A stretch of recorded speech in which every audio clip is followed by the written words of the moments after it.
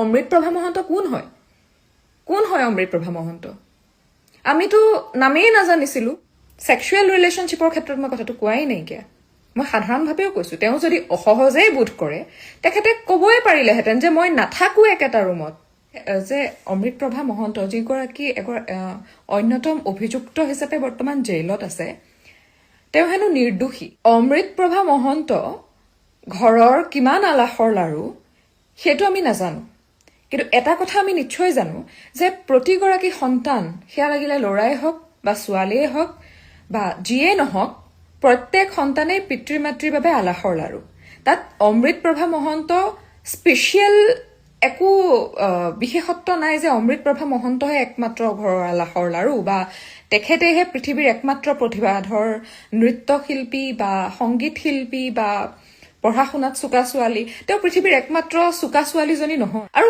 প্ৰতিভাৰ লগত অপৰাধৰ সম্পৰ্ক কেনেকে থাকিব পাৰে মানে কোনোবা মানুহ বহুত বেছি প্ৰতিভাশালী হ'ব পাৰে তাৰ অৰ্থ এইটো নেকি যে তেওঁৰ দ্বাৰা কেতিয়াও ভুলেই নহব আৰু ঠিক আছে আমি যেনিবা মানি লৈছো যে অমৃতপ্ৰভা মহন্ত দোষী নহয় ভুক্তভোগীহে অমৃতপ্ৰভা মহন্তই জুবিন গাৰ্গৰ চৰিত্ৰ সম্পৰ্কেও কিছু কথা কৈছে বুলি যিটো বাতৰি ওলাইছিল সেই গোটেই বস্তুবোৰক যদি আমি ভুল বুলিও ধৰি লওঁ তথাপিও আমি কিন্তু এই বস্তুটো ভুল বুলি ধৰিব নোৱাৰিম যে অমৃতপ্ৰভা মহন্তই ছিংগাপুৰত সেই ঘটনাটো ঘটি অহাৰ পাছত তেওঁ কিন্তু নিজে আগবাঢ়ি অহা নাছিল তেওঁ যদি ইমানেই সৎ আছিল ইমানেই ভাল আছিল তেওঁ আগবাঢ়িটো আহিব পাৰিলেহেঁতেন ওছামা বিন লাডেনো ইঞ্জিনিয়াৰ আছিলতো পঢ়াত কিমান চোকা সেই বস্তুটোৱে একো ডিফাইন নকৰে নহয় লিঅ'নাৰ্ডো দা ভিঞ্চি যিগৰাকীৰ মনালিছাক আমি সকলোৱে পূজা কৰাৰ দৰে হয় ৰাইট সেই লিঅ'নাৰ্ডো দা ভিঞ্চিৰো কিন্তু এটা ডাৰ্ক চাইড আছে তেওঁ কিমান কম সময়ত মানুহ কাটিব পাৰে তেনে এটা মেচিনৰো কিন্তু তেখেতে নক্সা তৈয়াৰ কৰিছে অমৃতপ্ৰভা মহন্তৰ সম্পৰ্কে কিছু বক্তব্য তেওঁলোকে আগবঢ়াইছে এতিয়া মোৰ প্ৰশ্নটো খুব পোনপটীয়া যে ইমান দিনে তেওঁলোক ক'ত আছিল তেওঁলোকৰ দৃষ্টিত তেওঁলোকেতো ষ্টেটমেণ্টেই পাছ কৰাৰ নিচিনা হৈছে যে অমৃতপ্ৰভা মহন্ত যিগৰাকী অন্যতম অভিযুক্ত হিচাপে বৰ্তমান জেইলত আছে তেওঁ হেনো নিৰ্দোষী তেওঁ ভুক্তভোগী এওঁলোকৰ কথা বতৰাৰ মতেৰে এতিয়া অমৃতপ্ৰভা মহন্ত ঘৰৰ কিমান আলাসৰ লাৰু সেইটো আমি নাজানো কিন্তু এটা কথা আমি নিশ্চয় জানো যে প্ৰতিগৰাকী সন্তান সেয়া লাগিলে ল'ৰাই হওক বা ছোৱালীয়ে হওক বা যিয়ে নহওক প্ৰত্যেক সন্তানেই পিতৃ মাতৃৰ বাবে আলাসৰ লাৰু তাত অমৃতপ্ৰভা মহন্ত স্পেচিয়েল একো বিশেষত্ব নাই যে অমৃতপ্ৰভা মহন্তহে একমাত্ৰ ঘৰৰ আলাসৰ লাৰু বা তেখেতেহে পৃথিৱীৰ একমাত্ৰ প্ৰতিভাধৰ নৃত্যশিল্পী বা সংগীত শিল্পী বা পঢ়া শুনাত চোকা ছোৱালী তেওঁ পৃথিৱীৰ একমাত্ৰ চোকা ছোৱালীজনী নহয় পৃথিৱীৰ একমাত্ৰ ভাল সুকণ্ঠী গায়িকাগৰাকী নহয় বা অসমৰ আমাৰ যি অনাতাঁৰ কেন্দ্ৰ আছে সেই অনাতাঁৰ কেন্দ্ৰৰ তেওঁ একমাত্ৰ বি গ্ৰেড পোৱা শিল্পী নহয়তো আৰু প্ৰতিভাৰ লগত অপৰাধৰ সম্পৰ্ক কেনেকে থাকিব পাৰে মানে কোনোবা মানুহ বহুত বেছি প্ৰতিভাশালী হ'ব পাৰে তাৰ অৰ্থ এইটো নেকি যে তেওঁৰ দ্বাৰা কেতিয়াও ভুলেই নহব আৰু ঠিক আছে আমি যেনিবা মানি লৈছো যে অমৃতপ্ৰভা মহন্ত দোষী নহয় ভুক্তভোগীহে আচ্ছা তো অমৃতপ্ৰভা মহন্তই এই যে ভিডিঅ'সমূহ অমৃতপ্ৰভা মহন্তৰ পৰাই পৰৱৰ্তী সময়ত পাইছিল বুলি বা তেখেতৰ মোবাইলৰ পৰা ডিলিট কৰা হৈছিল বুলি ইমান দিনে প্ৰচাৰ চলি আছিল তেতিয়া এইসকল মানুহ আজি যি হঠাৎ ওলাই আহিছে এইসকল মানুহ ক'ত আছিল এওঁলোক কি সুবিধাবাদী নহয় এওঁলোক যদি ইমানেই সৎসাহসী সেই সময়ত ক'ত আছিল আৰু অমৃতপ্ৰভা মহন্ত ভুক্তভোগী হ'বৰ বাবে তেওঁ কোনো সৰু ছোৱালী নহয় আৰু ভুক্তভোগী কথাটো মই তেওঁৰ চৰিত্ৰ বা অন্যান্য দিশবোৰৰ ক্ষেত্ৰত মই কোৱা নাই যদি কোনোবাই ভাবিছে যে অমৃতপ্ৰভা মহন্তক কোনোবাই ফচাইছে অমৃতপ্ৰভা মহন্তক ফচাবলৈ পাইছে কিয় তেওঁলোকতো অসমৰ একমাত্ৰ মানুহ নাছিল সেই অনুষ্ঠানটোলৈ যোৱা আৰু ইতিমধ্যে অসমৰ এগৰাকী জ্যেষ্ঠ সাংবাদিক অতনু ভূঞাই নিজে কেইবাটাও পডকাষ্ট কওক বা বিবৃতিত কওক SITত অমৃতপ্ৰভা মহন্তই কি ষ্টেটমেণ্টছ দিছে বা জুবিন সম্পৰ্কীয় কোনবোৰ কথা কৈছে ভালেকেইটা ভিডিঅ' পাইছোঁ আমি সকলোৱে দেখিছোঁ আমি সেই আটাইবোৰ কথা যদি আমি মিছা বুলিও ধৰি লওঁ যে অমৃতপ্ৰভা মহন্তই জুবিন গাৰ্গৰ চৰিত্ৰ সম্পৰ্কেও কোনবোৰ কথা কিছু কথা কৈছে বুলি যিটো বাতৰি ওলাইছিল সেই গোটেই বস্তুবোৰক যদি আমি ভুল বুলিও ধৰি লওঁ তথাপিও আমি কিন্তু এই বস্তুটো ভুল বুলি ধৰিব নোৱাৰিম যে অমৃতপ্ৰভা মহন্তই ছিংগাপুৰত সেই ঘটনাটো ঘটি অহাৰ পাছত তেওঁ কিন্তু নিজে আগবাঢ়ি অহা নাছিল তেওঁ যদি ইমানেই সৎ আছিল ইমানেই ভাল আছিল তেওঁ আগবাঢ়িতো আহিব পাৰিলেহেঁতেন যদি তেওঁৰ সততাক যদি আমি বিশ্বাস কৰিব লাগে তেওঁতো আগবাঢ়ি আহিব পাৰিলেহেঁতেন আৰু আমি এতিয়াও খুব স্পষ্টকৈ আমাৰ সকলোৰে মনত আছে যে অমৃতপ্ৰভা মহন্তই কোনবোৰ কথা কৈছিল তেওঁ তেতিয়া মুখৰ পৰা শব্দ স্পষ্টকৈ ওলায়ে নাহে তেওঁ নাজানেই তেওঁ ক'ত আছিল নাজানে তেওঁ ইয়তত তেখেত নায়েই তেখেতৰ বিবৃতি মতে অমৃতপ্ৰভা মহন্তইতো নিজেই কৈছে তেওঁ গমেই নাপায় কোন কলৈ গৈছে যদি কোন কলৈ গৈছে তেওঁ নাজানিছিলে এতিয়াতো মিছা মাতিছে অথচ ইয়তখনত তেখেতো আছে তেখেতেই ৰেকৰ্ড কৰিছে আৰু এতিয়া আটাইতকৈ দুৰ্ভাগ্যজনক কথাটো এইটো যে ভাস্বতী ভাৰতী বাইদেউ দিগন্ত ভাৰতী দেৱৰ পত্নী মই ভাবোঁ আপোনালোকে জুবিন গাৰ্গক বহুত আগৰ পৰা পাইছে আমি কোনেও ইমান ওচৰৰ পৰা পোৱা নাই যিমান আপোনালোকে হয়তো পাইছে এটা কথা হ'ল আপুনি নিজে কৈছে যে অমৃতপ্ৰভা মহন্তই যদি ভিডিঅ' ৰেকৰ্ডেই নকৰিলেহেঁতেন তেতিয়াহ'লেতো আমি গমেই নাপালোহেঁতেন আচ্ছা অমৃতপ্ৰভা মহন্তই সেই ভিডিঅ'সমূহ কাৰোবাক নিজেই পুলিচ প্ৰশাসনকে হওক বা গৰিমা বৌকে হওক বা অসমৰ ৰাইজলৈ নিজে আগবঢ়াইছিল নেকি যে এয়া প্ৰমাণ মই দাঙি ধৰিছো বুলি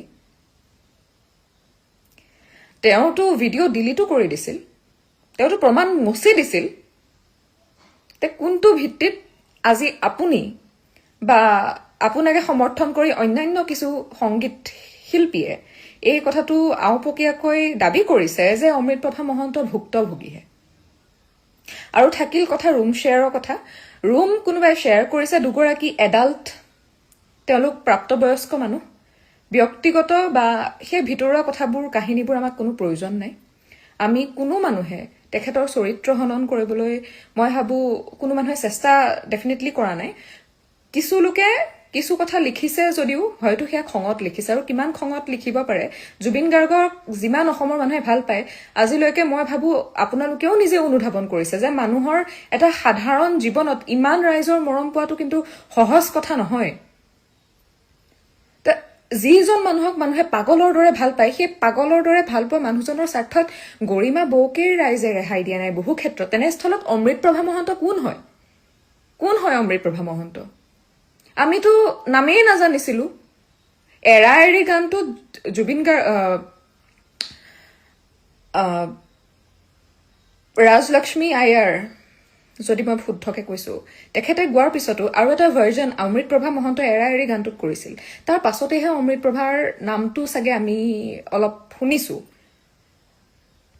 তেনেস্থলত ইমান দিনে যদি আপোনালোকে জানিছিলে যে অমৃতপ্ৰভা কিমান ভাল ছোৱালী কিমান প্ৰতিভাধৰ ছোৱালী প্ৰতিভাত কোনো সন্দেহ নাই অমৃতপ্ৰভাই বোলে গোটেই ৰাতি জুবিন গাৰ্গক মদ খুৱাই আছিল যে অমৃতপ্ৰভাৰ দুখন মইতো প্ৰথমে নাই কৈছোঁ অমৃতপ্ৰভাৰ ইণ্টাৰভিউকেইটা মোৰ এটাও সঁচা লগা নাছিল প্ৰথম কথা তেখেতে যেতিয়া তাই আহি পেলাই ক'লে অমুক মই একোৱে নাজানো একদম বেঙাই আৰু একোৱে বুজিয়ে নাপায় পৃথিৱীখনৰ কথা কিন্তু অমৃতপ্ৰভা আহি পেলাই কেতিয়া গুৱাহাটীত আহি কেতিয়া ঘৰত আহি সোমাই থাকিলে কোনো গমেই পোৱা নাছিল বেলেগ পিছত আমাৰ মিডিয়াহে বিচাৰি ওলালে তেখেতক যে তাই যে আজি ঘৰত সোমাই আছে এতিয়া গম পালোঁ যে গোটেই ভিডিঅ' প্ৰথম গম পালোঁ ভিডিঅ'খিনি তাইৰ মোবাইলতে আছিল এতিয়া গম পালোঁ যে তায়ে গোটেই ৰাতি মদ খোৱালে তাৰমানে এইকেইটা গোটেইকেইটা মিলিভগত গোটেইকেইটা এতিয়া আমিতো সেইটোৱে বিশ্বাস কৰিম না আমিতো এতিয়া যিখন আমাৰ চাৰ্জশ্বিট দিছে আমিতো সেইটোৰ ওপৰতে বিশ্বাস কৰি কথাখিনি কৈ আছোঁ মানে এইকেইটাৰ ওপৰত তাৰমানে মই কওঁ মানে শাস্তিয়ে নাই নেকি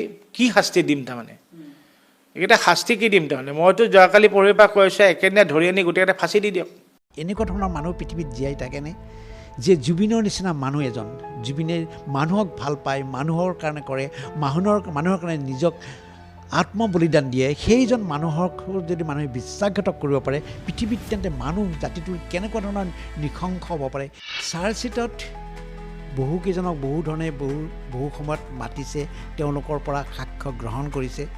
আৰু তাৰ ভিত্তিত এটাই ডাঙৰ কথা হৈছে ভিডিঅ', যে আমি যিকেইটা ভিডিঅ' স্পষ্টভাৱে দেখিছোঁ সেইকেইটাত বৰ ডাঙৰ সাক্ষী কিন্তু একো হ'ব নোৱাৰে। জুবিনে বহুত দুখীয়া মানুহক সহায় কৰিছে, বহুতো আৰ্তজনক বহু সময়ত তেওঁ নিজৰ পইচাৰে তেওঁ সহায় কৰিছে। গতিকে সেইজন মানুহক যদি টকা পইচাৰ ক্ষেত্ৰত, লেনদেনৰ ক্ষেত্ৰত যদি বিশ্বাসঘাতক কৰিছে, ইয়াতকৈ আৰু নৃশংস কথা একো নাই। আপোনাৰ মোৰ প্ৰিয় শিল্পী জুবিন দা নোহোৱা প্ৰায় 3টা মাহ সম্পূৰ্ণ হোৱাৰ দিশে এইবাৰ মোৰ লগত উপস্থিত আছে ডাক্তৰ হিতেশ বৰুৱা। মই তেখেতৰ লগত কথা পাতিবলৈ চেষ্টা কৰিম। জুবিন দাৰ মৃত্যুৰ পাছত বহুকেইটা কথা তেখেতৰ লগত আজিৰ দিনটোত আমি পাতিবলৈ চেষ্টা কৰিম। সমান্তৰালকৈ জুবিন দা মৃত্যু হোৱা প্ৰায় 3টা মাহ সম্পূৰ্ণ হ'বৰ সময় হৈছে। SITয়ে বহু ব্যক্তিক অসমৰ বিভিন্ন প্ৰান্তৰ ব্যক্তিসকলক ইতিমধ্যে তেওঁলোকে সোধা পোছা অব্যাহত ৰাখিছিল। সমান্তৰালকৈ SITয়ে কেইবা হাজাৰ পৃষ্ঠাজোৰা এখন চাৰ্জশ্বিট তেওঁলোকে প্ৰস্তুত কৰি ইতিমধ্যে আদালতত তেওঁলোকে সেয়া কিছুদিন পূৰ্বে তেওঁলোকে আদালতলৈ লৈ গৈছিল। গোটেই বিষয়টো বৰ্তমান সময়ত তদন্ত বা আইনী ম্যায়ৰ পাছত সোমাই আছে। তাৰ মাজতেই আমি কথা পাতিবলৈ চেষ্টা কৰিম চিকিৎসক ডাক্তৰ হিতেশ বৰুৱা, কাৰণ জুবিন গাৰ্গৰ সৌহাত স্বৰূপ আছিল এইগৰাকী চিকিৎসক ডাক্তৰ হিতেশ বৰুৱা। জুবিন গাৰ্গৰ প্ৰতিটো মুহূৰ্তত আমি দেখিবলৈ পাইছিলোঁ এইগৰাকী চিকিৎসক ডাক্তৰ হিতেশ বৰুৱা। আৰু হিতেশ বৰুৱা আজিৰ দিনটোত মোৰ লগত আছে। মই কেইবাটাও বিষয়ে তেখেতৰ লগত কথা পাতিবলৈ চেষ্টা কৰিম। মই আপোনাৰ কাষলৈ আহিছোঁ। জুবিন দা নোহোৱা প্ৰায় 3টা মাহ সম্পূৰ্ণ হোৱাৰ দিশে, আৰু বেছি দিন নাই, 3টা মাহ সম্পূৰ্ণ হ'ব। ইতিমধ্যে এতিয়াও জনসমুদ্ৰত কিন্তু পৰিণত হৈ আছে সেই সোণাপুৰৰ জুবিন ক্ষেত্ৰ। তাৰ মাজতেই SITয়ে বহু ব্যক্তিক ইতিমধ্যে সোধা পোছা কৰিছিল। তাৰ পাছতেই ইতিমধ্যে চাৰ্জশ্বিট তেওঁলোকে দিছে কেইবা হাজাৰ পৃষ্ঠাজোৰা। ইতিমধ্যে সেই কথা আপুনি জ্ঞাত। এই যিখন চাৰ্জশ্বিটখনক লৈ কিবা বিভিন্নগৰাকীয়ে প্ৰতিক্ৰিয়া প্ৰকাশ কৰি আছে, কি ক'ব বিচাৰিব? মই সহজ ভাষাত ক'ব লাগিলে মই চাৰ্জশ্বিটখনক লৈ সন্তুষ্ট। চাৰ্জশ্বিটখন যি দিছে, ন্যায়ালয়ৰ সততাৰ ন্যায়ৰ তুলাচিনিত কি আহে মই নাজানো। আমি ন্যায়ৰ বিষয়ত ইমান ডেপ্থত নাজানো বা ভিতৰকৈ ইমান কথা নাজানো, কিন্তু মই স্পষ্টভাৱে এষাৰ কথাই ক'ব খুজিছোঁ যে চাৰ্জশ্বিটত বহুকেইজনক বহু ধৰণে বহু সময়ত মাতিছে, তেওঁলোকৰ পৰা সাক্ষ্য গ্ৰহণ কৰিছে। আৰু তাৰ ভিত্তিত এটাই ডাঙৰ কথা হৈছে ভিডিঅ', যে আমি যিকেইটা ভিডিঅ' স্পষ্টভাৱে দেখিছোঁ সেইকেইটাত বৰ ডাঙৰ সাক্ষী কিন্তু একো হ'ব নোৱাৰে।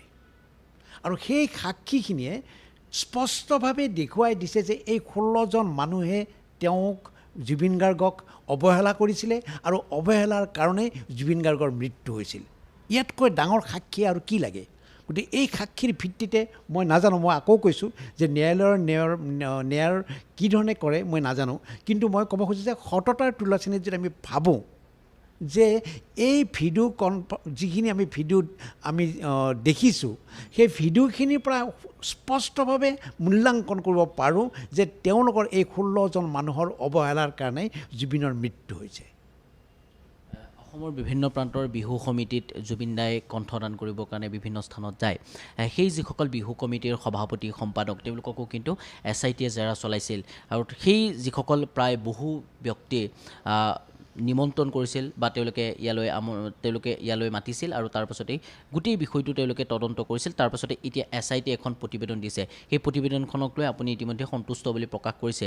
আৰু যিসকল ছিংগাপুৰৰ প্ৰৱাসী অসমীয়া বুলি কোৱা হয়, সেইসকল কিন্তু তেওঁলোকক এবাৰ মাতিয়ে তেওঁলোকক ক্ষান্ত থাকিল, বা তেওঁলোকক আকৌ কিন্তু মতা দেখা পোৱা নগ'ল, বা তেওঁলোকৰো সংবাদ মাধ্যমত গোটেই কথাখিনি যেনেকৈ ক'ব লাগিছিল, ৰাইজে যেনেকৈ বিচাৰিছিল যে জুবিন দাৰ শেষ মুহূৰ্তৰ কথাখিনি, যিসমূহ ভিডিঅ' ক্লিপ ওলাইছে, সেই কথাখিনি ছিংগাপুৰৰ প্ৰৱাসী অসমীয়াসকলে কওক, কিন্তু সেই কথাও কিন্তু দাদা কোৱা নাছিল তেওঁলোকে। মই সেই বিতৰ্কৰ মাজত যাব খোজা নাই। মই এটা কথাই ক'ব বিচাৰোঁ, ন্যায়ালয়ে যিহেতু সঠিক ন্যায় দিব বুলি মোৰ বিশ্বাস আছে, আৰু ন্যায়ালয়ে নিশ্চয় প্ৰশ্ন কৰিব। এতিয়া আমাৰ কেছটো যেতিয়া আগবাঢ়াৰ লগে যেতিয়া সাক্ষ্য প্ৰদান আকৌ কৰিব, কোৰ্টে যেতিয়া সাক্ষ্য প্ৰদান কৰিব, সেইখিনি সময়ত বিভিন্ন ধৰণৰ প্ৰশ্ন নিশ্চয় দুয়োপক্ষৰ উকিলে নিশ্চয় এই ক্ষেত্ৰত কৰিব। আৰু তাৰ পৰাই নিশ্চয় ওলাই পৰিব যে কাক মাতিব লাগে, কাক মাতিব নালাগে, কিয় মাতা নাই, কিয় মাতিছে, মতা উচিত নে নাই, এই কথাখিনি আইনে ক'ব, ন্যায়ালয়ে ক'ব, ন্যায়ালয়ে প্ৰশ্ন কৰিব, ন্যায়ালয়ে উত্তৰ পাব। গতিকে এই ক্ষেত্ৰত আমি এইটো সোমাব নোৱাৰোঁ, কাৰণ এইটো সম্পূৰ্ণ ন্যায়ালয়ৰ অন্তৰ্গত কথা।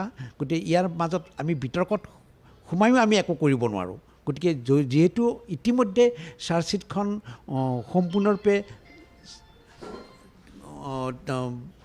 ন্যায়ালয়ত দিয়া হৈছে, ন্যায়ালয়ে এইটো গ্ৰহণ কৰিছে। গতিকে সেই চাৰ্জশ্বিটৰ ওপৰত ভিত্তি কৰিয়ে বিভিন্নজনক বিভিন্ন ধৰণে তেওঁলোকে মাতিব আৰু কথা পাতিব, আৰু তাৰ পৰাই নিশ্চয় ইয়াৰ সদ উত্তৰ আৰু সদ ন্যায় আমাৰ মাজত ওলাই পৰিব।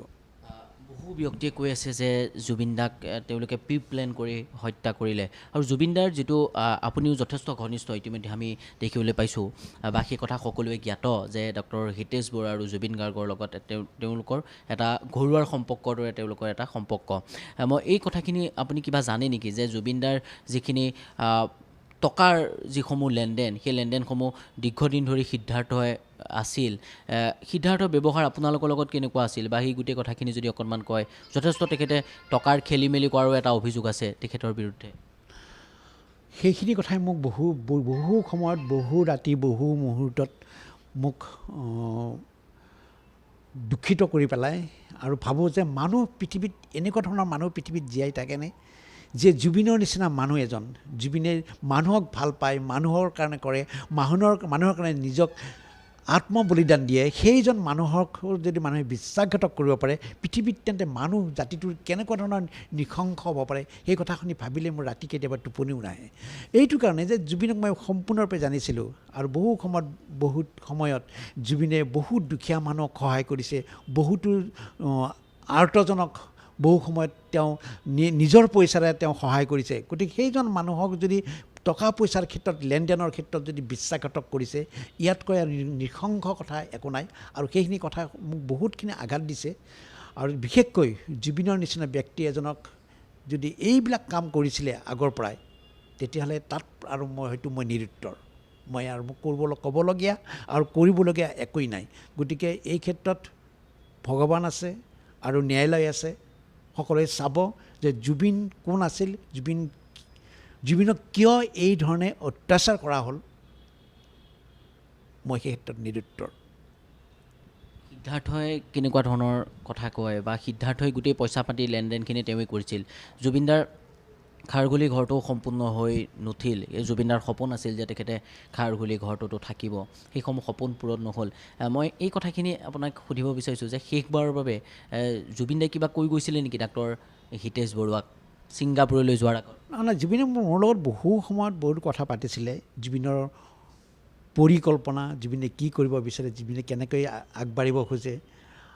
আনকি মোৰ দুখ লাগে যে জুবিনে মোৰ নতুন যিটো প্ৰজেক্ট আছে, সেই প্ৰজেক্টৰ মাজতো জুবিনে সোমোৱাৰ কথা আছিলে। যে জুবিনে কৈছিলে যে মই হস্পিটেলৰ ক্ষেত্ৰতো মোৰ মন আছে, হস্পিটেল এখন বনোৱাৰ কাৰণে। গতিকে সেই ক্ষেত্ৰত মই ভাবি আছিলোঁ যে জুবিনকো মই নতুন প্ৰজেক্টত অন্তৰ্ভুক্ত কৰিম। কিন্তু সেই মুহূৰ্তত মই কেতিয়াও ভবা নাছিলোঁ যে জুবিনৰ হাতত ইমান প্ৰগ্ৰেম কৰাৰ পিছত, ইমানখিনি ইনকাম কৰি থকাৰ পিছত জুবিনৰ হাতত যে এটাও পইচা নোহোৱাকৈ থাকিব, সেই কথাটোৱে মোক বহুত আঘাত দিছিলে। ভবা নাছিলোঁ যে জুবিনৰ হিচাপ নিকাচখিনিত ইমানখিনি খেলি মেলি আছে। গতিকে সেইখিনি ভাবি মনত দুখ পাইছোঁ যে মানুহে মানুহৰ কাৰণে ইমান বিশ্বাসঘাতকো কেনেকৈ কৰিব পাৰে। নেমকেয়াৰত কিমানমান বাৰ তেখেতে ভৰ্তি হৈছিল? বহুবাৰ লাষ্ট তেখেতে নেমকেয়াৰত ভৰ্তি হোৱাৰ পাছতে আপোনালোকে সংবাদ মাধ্যমৰ যোগেদিও আপোনালোকে কৈছিল যে জুবিনৰ অকণমান কিছু ৰেষ্টৰ প্ৰয়োজন আছে। সেই কথাটো সিদ্ধাৰ্থই জানিছিল যে জুবিন দাৰ ৰেষ্টৰ প্ৰয়োজন, জুবিন দাৰ খোৱা বোৱাৰ ক্ষেত্ৰতো আপোনালোকে বিভিন্ন ধৰণৰ ৰুল ৰেগুলেশ্যন বান্ধি দিছিল? নিশ্চয় জানিছিল, কাৰণ মই এষাৰ কথাই ক'ব খোজোঁ, জুবিনৰ আমি সকলোৱে জানো, আৰু জুবিন ইমান ব্যস্ত, আৰু সেইকাৰণে জুবিনে দিনে ৰাতি তেওঁক পৰিচৰ্যা কৰিবৰ কাৰণে এজন মেনেজাৰ ৰাখিছিলে। জুবিনক ইয়াত ভৰ্তি কৰাৰ সময়তো মেনেজাৰ থাকে, জুবিনক ইয়াৰ পৰা ডিচাৰ্জ কৰি লৈ যোৱাৰ সময়তো মেনেজাৰ থাকে, জুবিনে ইয়াত ট্ৰিটমেণ্ট কৰি থাকোঁতেও মেনেজাৰ থাকে। গতিকে মেনেজাৰজন যে তেওঁৰ পৰা আঁতৰি আছিল ঠিক তেনেকুৱা কথা নহয়। আৰু জুবিনক যি আমি পৰামৰ্শ দিছিলোঁ, সেই পৰামৰ্শবিলাকৰ ক্ষেত্ৰতো মেনেজাৰে নিজেই প্ৰত্যক্ষভাৱে দেখা পাই আছিল, শুনা পাই আছিলে। গতিকে তাৰপিছতো কেনেকৈ এনেকুৱা হ'ল, এই কথাতেই মই নিৰুত্তৰ বুলি কৈছোঁ, আৰু মোৰ ভাষা নাই বুলি কৈছোঁ যে জুবিনক আমি সঁচাকৈ হেৰুৱাব নালাগিছিল। জুবিনক আমি সঁচাকৈ আচলতে ইমান কম সময়ৰ ভিতৰত হেৰুওৱাৰ কথা নাছিল, কিন্তু কাৰোবাৰ চক্ৰান্ত বুলিয়েই কৈছোঁ মই, কাৰোবাৰ চক্ৰান্তত আজি জুবিন আমি অকালতে হেৰুৱালোঁ।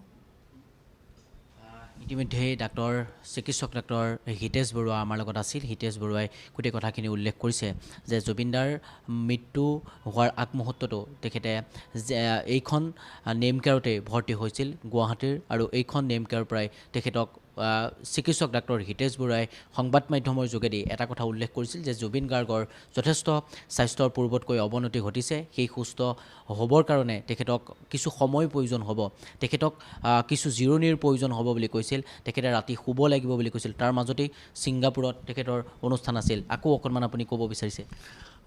মই এইখিনি কথা আগতো কৈছোঁ, এতিয়াও কৈছোঁ যে কি আমাৰ ইয়াত যেতিয়া জুবিন ভৰ্তি হৈছিলে আমাৰ গোটেই এটা টীমেই তেওঁক পৰিচৰ্যা কৰিছিলে। কেইবাগৰাকী অভিজ্ঞ চিকিৎসক আছিল, গোটেই ছুপাৰ স্পেচিয়েলিষ্ট ডক্টৰখিনিয়ে তেওঁক চাইছিলে, আৰু এইখিনি চোৱাৰ সময়ত তেওঁক জিৰণিৰ প্ৰয়োজন সেই কথাটো কোৱা হৈছিলে, তেওঁ কি কৰিব লাগিব, কি কৰিব নালাগিব সেই কথাটো কোৱা হৈছে, তেওঁ কি মেডিচিন খাব, কি মেডিচিন নাখাব সেই কথাটো কোৱা হৈছিলে, তেওঁৰ লাইফষ্টাইলটোৰ ক্ষেত্ৰত কোৱা হৈছিলে। গতিকে সেই পুংখানুপুংখৰূপে গোটেইখিনি কথা কোৱা হৈছিলে, আৰু এই কথাখিনি নিশ্চয় সকলোৱে জনাকৈ আমি সংবাদ মাধ্যমেৰে সকলোকে প্ৰকাশ কৰিছিলোঁ। এই কথাখিনি নিশ্চয় সমগ্ৰ অসমৰ ৰাইজে ভালদৰে জানে, বুজে আৰু বুজি পাইছে। শ্যাম কানু মহন্তক কৈছে Shyam Kanu Mahanta, giving the victim a bottle of whisky against the medical advice knowing fully well that it can be fatal. জানিছিলে যে মদ খালে দিগদাৰ হ'ব, তথাপিও এটা হুইস্কি বটল এটা দিছিলে, মদৰ বটল এটা দিছিলে। Not giving Amrit Prabha a separate room to stay and making her a cause drinking to Jubin by staying with Jubin and giving him whiskey. আৰু অমৃত প্ৰভা বুলি ছোৱালীজনীক বেলেগ এটা ৰুম নিদি জুবিন গাৰ্গৰ লগতে থাকিবলৈ দিছিলে, আৰু তাইৰ জৰিয়তে হুইস্কি খাবলৈ দি আছিলে। Not informing the organizers of Yaad party of the medical condition of the victim. যিকেইটা মানুহে ইয়াত পাৰ্টিটো কৰাইছিলে, এই যে হেৰিয়াৰ ছিংগাপুৰৰ যিকেইজন মানুহে, সেই মানুহকেইটাক কি কৰিলে, মানে জুবিনদাৰ যিটো মেডিকেল কণ্ডিশ্যন সেই কণ্ডিশ্যনটো জনোৱা নাছিলে। কেনেকে গম পাব যে ইয়াত মেইন চাৰ্জশ্বিটখনত এটাই বস্তু আছে যে ছিংগাপুৰত থকা অসমীয়া মানুহকেইটাক বচাবৰ কাৰণে সকলো কাম কৰা হৈছে, তেওঁলোকক বোলে জনোৱা হোৱা নাছিলে। Despite meeting the managing team of the victim even on the morning of the incident, makes no arrangement for the safety, security and medical health of victim nor inform them to cancel the trip. মানে যদিও এই টিমটো যিবিলাকে লৈ গৈছিলে, despite meeting the managing team of the victim, managing team মানে হ'ল এই শেখৰ জ্যোতি গোস্বামী, শ্যাম কানু মহন্ত, কি কয় এইটো কৰিছিলে, মানে তেহেঁতক লগ পাইছিলে, লগ পোৱাৰ পাছতো ৰাতিপুৱা কিন্তু সিহঁতক মানে এই মানুহটোৰ মানে আমাৰ জুবিনদাৰ কাৰণে সেফটি সিকিউৰিটিৰ কোনো ব্যৱস্থা কৰা নাছিলে, আৰু মেডিকেল হেল্থ সম্পৰ্কীয় জনোৱা নাছিলে, আৰু হেল্থ সম্পৰ্কে জনাই মানে এইটো প্ৰগ্ৰাম কেঞ্চেল কৰিব লাগে বুলি কোৱা নাছিলে। সিহঁতি যে লৈ গৈছিলে কেঞ্চেল কৰিব লাগে বুলি শ্যাম কানুৱে কোৱা নাছিলে। Sends the Assam Association president to the yacht but did not ask him to cancel the event despite the public medical advisory of the victims doctor that he is an epilepsy patient. Assam Associationৰ প্ৰেচিডেণ্টক ইয়াতখনলৈ পঠিয়াই দিছিলে জুবিনদাৰ লগত, কিন্তু তেওঁ কোৱা নাছিলে যে ততে এই পাৰ্টিটো নকৰাবি, কেঞ্চেল কৰা নাছিলে। আৰু কেলে পাব্লিক মেডিকেল মানে এওঁ যে অৱস্থাটো যে এওঁ যে আচলতে হেৰিয়াত যাব নোৱাৰে, এপিলেপসি আছে, এই কথাটো পাব্লিকলি চবে জানে, তাৰ পাছতো কিন্তু এওঁ মাতি নিছে, কিন্তু সেইটো কৰা নাছিল। Him making no medical arrangement, hence victim missed golden hour to be saved and was taken in ambulance 75 minutes after the incident. আৰু কোনো ধৰণৰ মেডিকেল এৰেঞ্জমেণ্ট কৰা নাছিলে, আৰু আনকি যেতিয়া মানুহজন পানীত ডুবিলে, ডুবাৰ পাছত যিখিনি গল্ডেন আৱাৰ বুলি কোৱা হয়, যিখিনি সময়ত মানে মেডিকেল ছায়েন্সত গল্ডেন আৱাৰ বুলি কোৱা হয়, যিখিনি সময়ত ডাক্তৰ পাব লাগে, সেই সময়খিনিৰ ৭৫ মিনিট, ১ ঘণ্টা ১৫ মিনিট, ১ ঘণ্টা ১৫ মিনিট সময় কোনো ধৰণৰ এম্বুলেন্স পৰ্যন্ত যোগাৰ কৰিব পৰা নাছিলে। আজি দ্বিতীয়টো শুনানি আছিলে।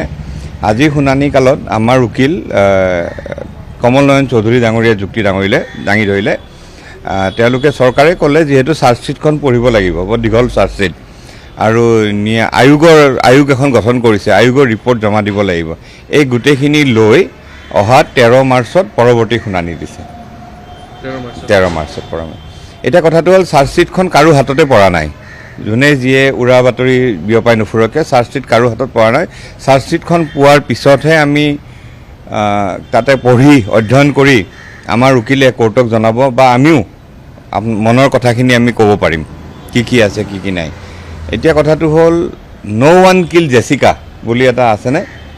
চ' ৩০ বছৰ পিছত এনেকুৱা হ'ব নেকি যে ন' ওৱান কিল জুবিন গাৰ্গ? সেনেকুৱা যাতে নহয়, সেইটোৱে আমি মানে ভগৱানৰ ওচৰত প্ৰাৰ্থনা কৰিছোঁ, তেনেকুৱা যাতে একো নহয়। চাওক, চাৰ্জশ্বিটখন কোনো পঢ়া নাই। আজি গৰিমা গাৰ্গ ডাঙৰীয়ানে কৈছে যে চাৰ্জশ্বিটক লৈ মই সন্তুষ্ট। তেখেতে কেনেকৈ ক'লে মই নাজানো, বা বেলেগ কোনোবা চিনেমা এক্টৰে বা হেৰিয়ে কৈ আছে আমি সন্তুষ্ট নহয়। তেওঁলোকে ক'ত পঢ়িলে গম নাপাওঁ, চাৰ্জশ্বিটৰ খনৰ কথা একো নাজানো। কিন্তু কিছুমান কথা আমি গম পাইছোঁ বা আমাৰ সন্দেহ হৈছে, যেনেকৈ ইয়াতছত যিবিলাক প্ৰৱাসী অসমীয়া আছিল তেওঁলোকক চবকে ৰেহাই দিয়া হৈছে। অকল 4জন অসমৰ পৰা যোৱা 4জনক এৰেষ্ট কৰিছে। এইটো এটা প্ৰশ্নবোধক চিন থাকি গ'ল। ইয়াতছখন যোনে বুক কৰিছিলে, দুজন অৰ্গেনাইজাৰ, তেওঁক এৰেষ্ট কৰা নহ'ল, সেইটো এটা প্ৰশ্নবোধক চিন থাকি গ'ল। যেনেকৈ আপুনি চাওক, কলিকতা পুলিচে মেছিৰ প্ৰগ্ৰেমত যেতিয়া ষ্টেডিয়ামত গণ্ডগোল লাগিছিলে অৰ্গেনাইজাৰক এৰেষ্ট কৰিছে, কিন্তু ইয়াতছৰ অৰ্গেনাইজাৰক এৰেষ্ট নকৰিলে। প্ৰশ্নবোধক চিন থাকি গ'ল। আমি যদি চাওঁ তেতিয়াহ'লে যিজন PR অনুজ বৰুৱা, তেখেতক এৰেষ্ট নকৰিলে। আজি অভিমন্যু তালুকদাৰৰ কথা যদি আমি ক'ব যাওঁ, স্মাইল এছিয়াৰ, তেওঁ এজন ডাঙৰ মানুহ, মুখ্যমন্ত্ৰীৰ হাত আছে, তেওঁক এৰেষ্ট নকৰিলে। প্ৰশ্নবোধক চিন থাকি গ'ল। মুখ্যমন্ত্ৰী ডাঙৰীয়াই বাৰে বাৰে কৈছে যে ক'ভিডৰ আগৰ পৰাই জুবিনক হত্যাৰ ষড়যন্ত্ৰ কৰা হৈছিলে। ২৭ ডিচেম্বৰ ২০২১ জুবিন গাৰ্গ মিউজিক LLP এটা আৰম্ভ কৰিছিলে। টাৰ্চেন মিট্টাল, সিদ্ধাৰ্থ শৰ্মা, জুবিন গাৰ্গ। সিদ্ধাৰ্থ শৰ্মাক এৰেষ্ট কৰিলে, টাৰ্চেন মিট্টালক এৰেষ্ট নকৰিলে। প্ৰশ্নবোধক চিন থাকি গ'ল। সপোন LLP ২৭ ডিচেম্বৰ ২০২১, এইটো কিবা মটৰ পাৰ্টছৰ ৰিপেয়াৰিঙৰ এনেকুৱা ধৰণৰ। তাতে চিদাংকু অংকুৰ বৰুৱা বুলি এজন BJP ডাঙৰ নেতা আছে, তেওঁক এৰেষ্ট নকৰিলে, তেওঁক সোধপোছ নকৰিলে। প্ৰশ্নবোধক চিন থাকি গ'ল। চ' এনেকুৱা ধৰণৰ কথা যে বহুত সন্দেহ থাকি গ'ল আমাৰ। এতিয়া ধৰক ক্ৰিমিনেল ইনভেষ্টিগেশ্যনত আপোনাৰ ক্ৰাইম চিন ৰিক্ৰিয়েশ্যন মেপিং যিটো কয়, সেইটো অপৰাধীবিলাকক 21বিলাকক লৈ গৈ কৰিব লাগে। যিটো আমি সোণম ৰঘুবংশী যিটো মেঘালয়ৰ কেছ, তাৰে ক্ষেত্ৰত আমি গম পালোঁ যে চেৰাপুঞ্জীত মেঘালয় পুলিচে 21বিলাকক লৈ গৈ মেপিং কৰিছিলে। সেইটো SIT CID নকৰিলে। প্ৰশ্নবোধক চিন থাকি গ'ল। এইখিনি নকৰাৰ কাৰণে যদি ভাল উকিল লগাই শ্যামকানু মহন্ত, সিদ্ধাৰ্থহঁতে বেইল পাই যাব নেকি? আজি বেইলৰ কাৰণে তেওঁলোকে এপ্লাই কৰা নাই। কিয় এপ্লাই কৰা নাই সেইটো সকলোৱে জানে, কিয় এপ্লাই কৰা নাই। কিন্তু বেইল এপ্লাই কৰাৰ লগে লগে ভাল যদি সুপ্ৰিম কোৰ্টৰ উকিল যদি লৈ আহে, তেতিয়াহ'লে তেওঁলোকে বেইল পাই যাব নেকি?